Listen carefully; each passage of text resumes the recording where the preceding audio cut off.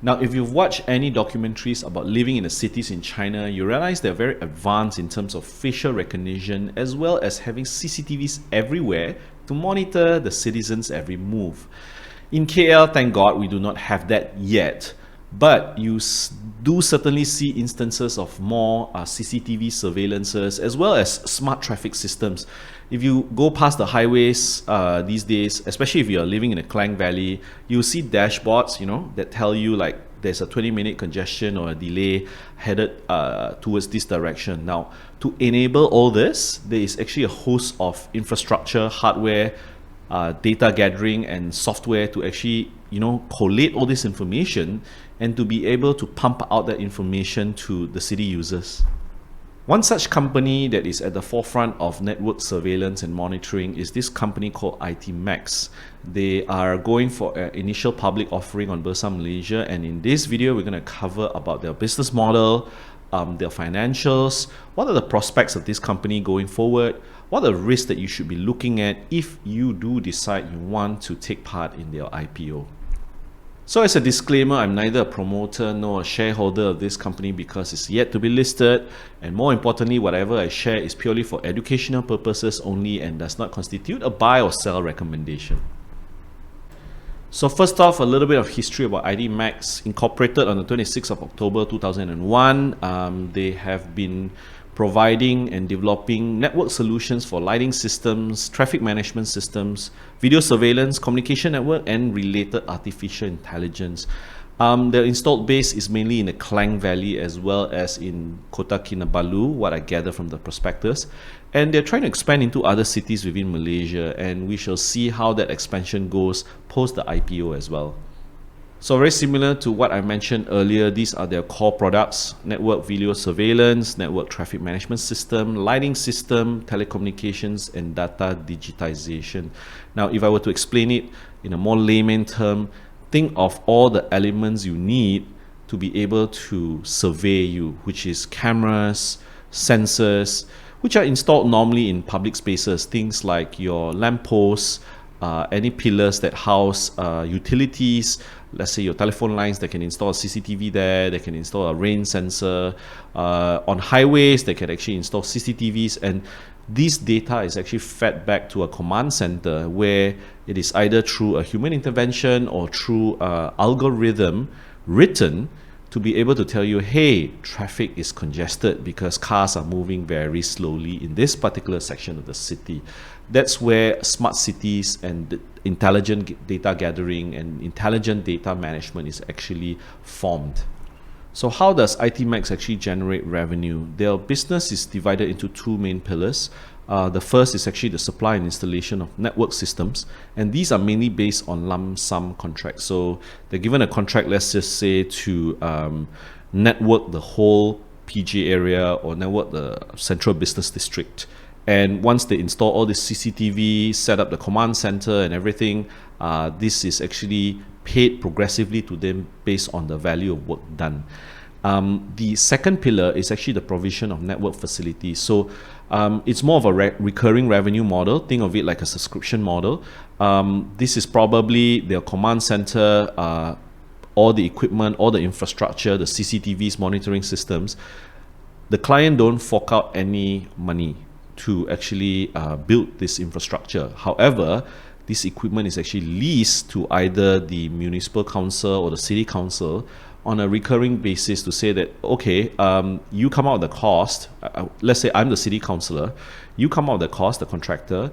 You come up with all the operational mandate and to do all this work. However, I have to pay you a rental basis to run this infrastructure for me. So that is the provision network facilities under the second pillar for ITMAX. So as you can see on the bottom left table where the revenue contribution in terms of percentage was actually given.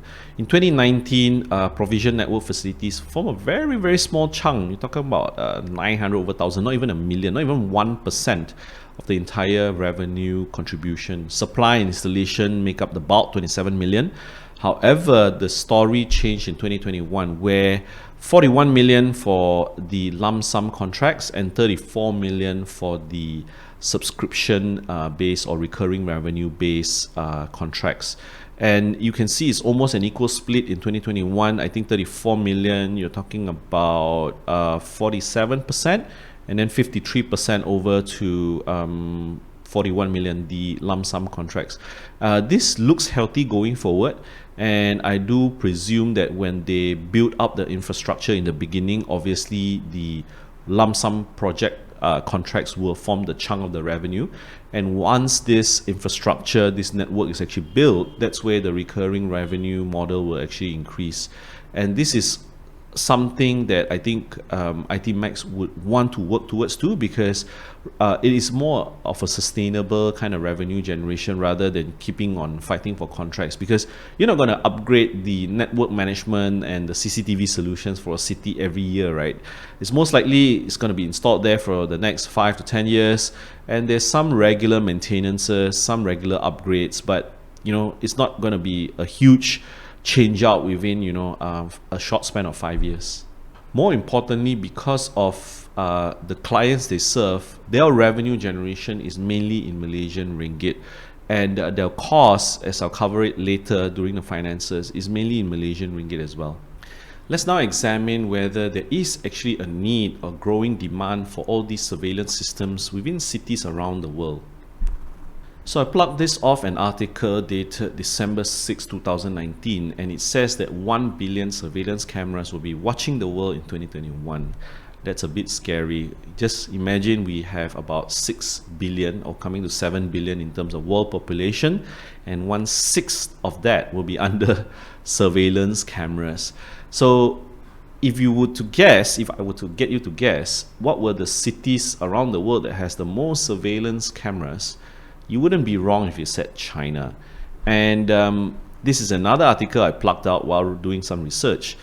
Out of the 10 most surveyed cities in the world, a big chunk of it is actually in China. The only outlier is actually the city of London. 60.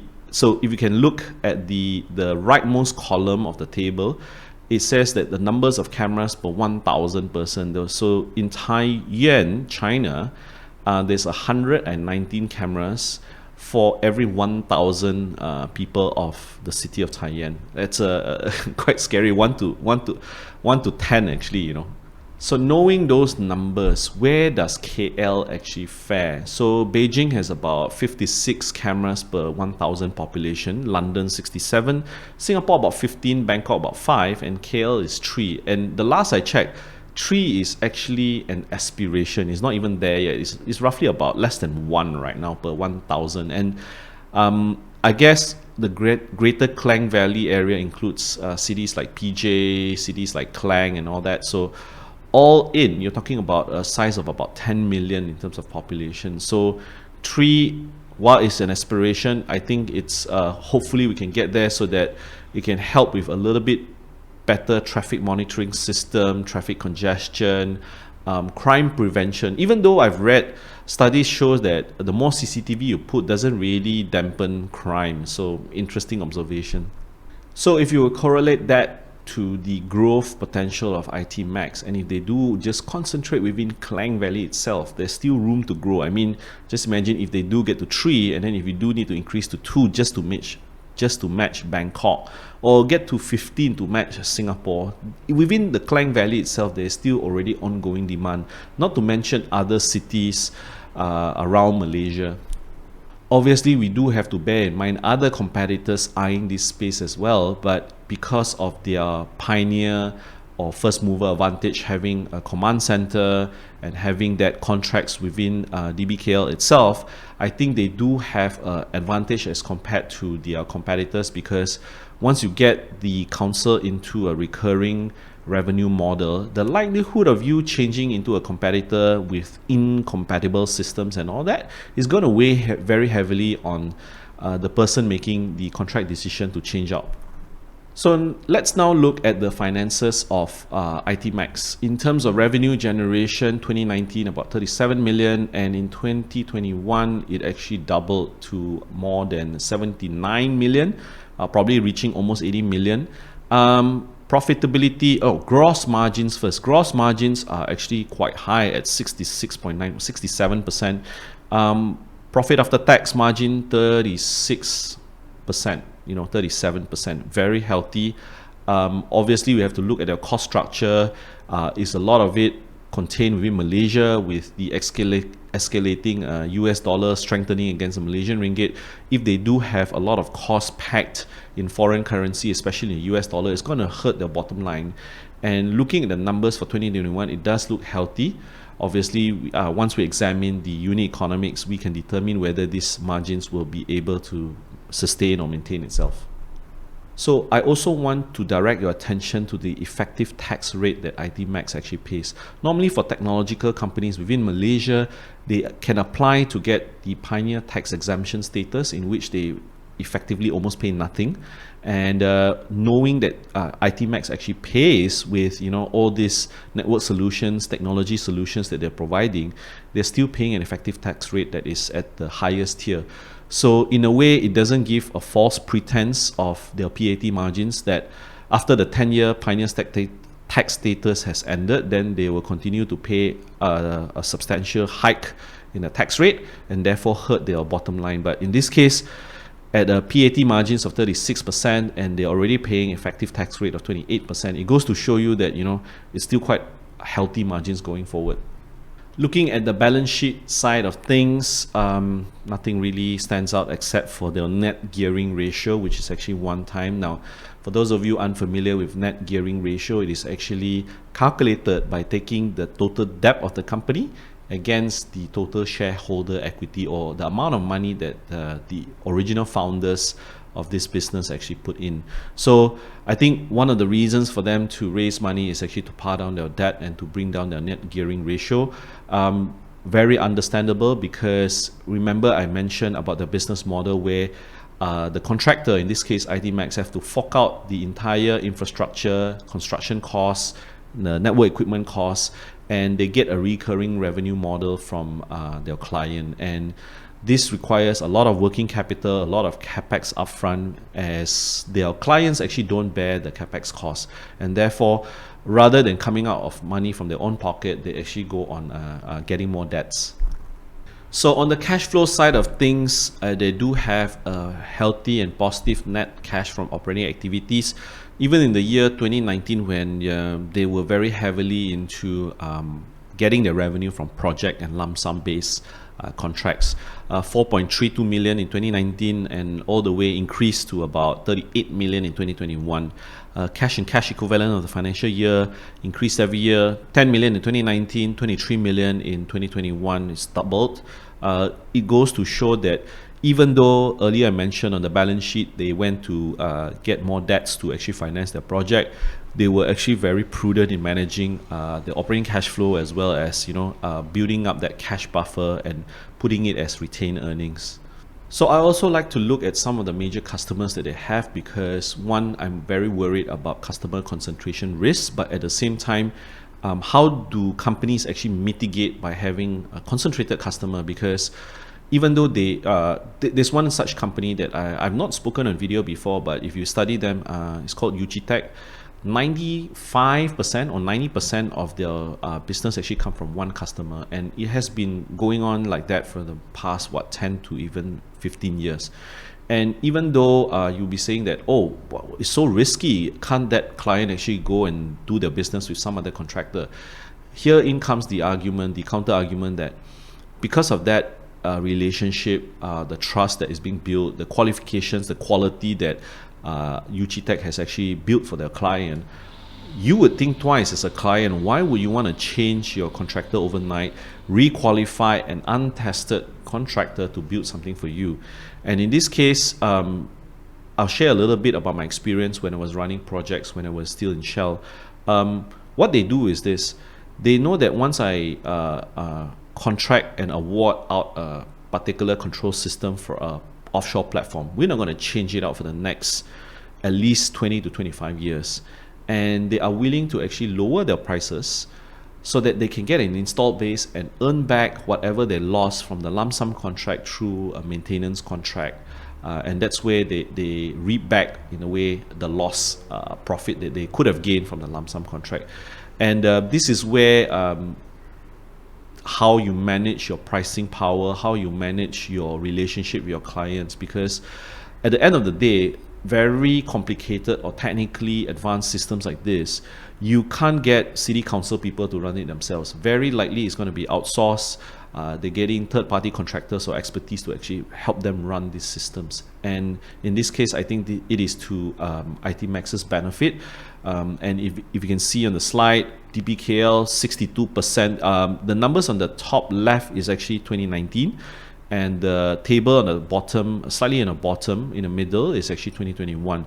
So their reliance on DBKL actually increased from 62% over to 73%. But again, going back to the argument or the points that I put across about once you have the systems entrenched, it's very, very difficult for them to change. It's not to say that it's impossible, but if you put yourself in DBKL shoes or any city council shoes, if they don't screw up, the contractors don't screw up big time, I think the likelihood of them changing them out is less likely to happen.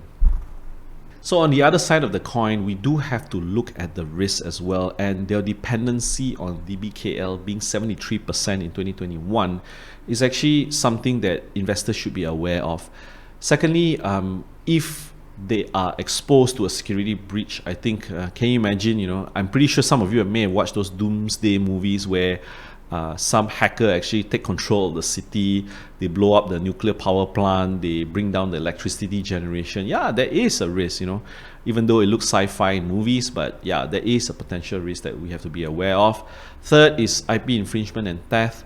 A lot of the equipment that they buy, they don't actually develop the camera, the CCTV systems themselves. They buy from third-party suppliers like Hikvision of China, but the solutions, probably the software program to actually derive all this information, they could be subject to an employee leaving and the theft of this IP actually happening. So yeah, there's a risk that we have to be aware of too.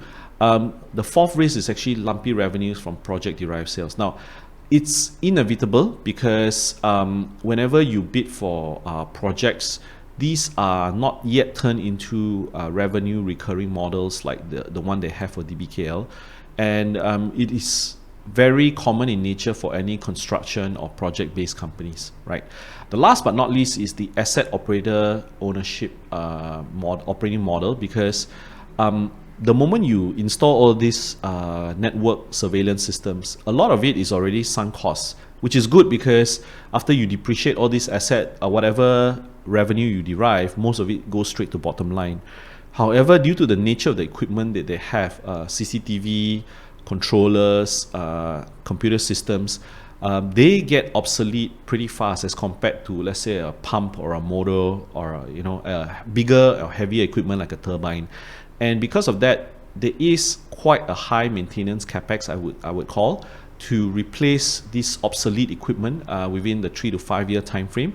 And this is something that we as investors, we have to be aware of as well. And do watch those numbers whenever they are actually mentioned within the PP&E of the cash flow statement as well as on the balance sheet, so that you know that can they hold the reins in, convince their clients that you don't need an upgrade so fast because this still works and things like that. So these are the 5 main risks. Obviously, it's not exhaustive, but something that you should be considering if you do want to take a part in their IPO and also ownership of the shares over the long run.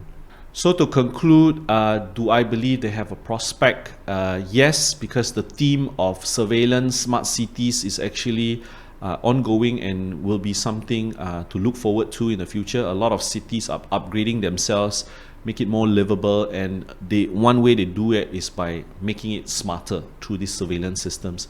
In terms of their finances, they look okay. One thing to worry about is the net gearing ratio. However, that will be subsided. That risk will subsided the moment they go on listing. And going forward is that operating maintenance capex that I mentioned earlier in the risk segment. Look at how they're going to manage that going forward. How are they going to manage those finances and cash flow going forward? I think on the risk side, you also have to be aware of the dependency on DBKL. I do foresee that they may be able to back more cities going forward, depending on how they build their relationships within the council, city councils within Malaysia. I do see other competitors coming in the prospectus. If you look through it, there are other competitors and Hearts that are wanting to come into this space as well. But it all goes back to how well they execute, the track record they built with building this system for DBKL. Last but not least is this asset ownership operating model. Be very aware. Look at how the CEO of this company actually runs it very tightly, whether they are very frivolous in spending and upgrading their network, or they just are very smart capital allocators to make sure that enough upgrades is sufficient just to keep the machine humming. I hope the content of this video has brought value to you, and if it did, hit that subscription button, give me a like, and do share it with your friends and family. Click also that notification bell so that you know new videos are out for your consumption, and I'll see you guys in the next video.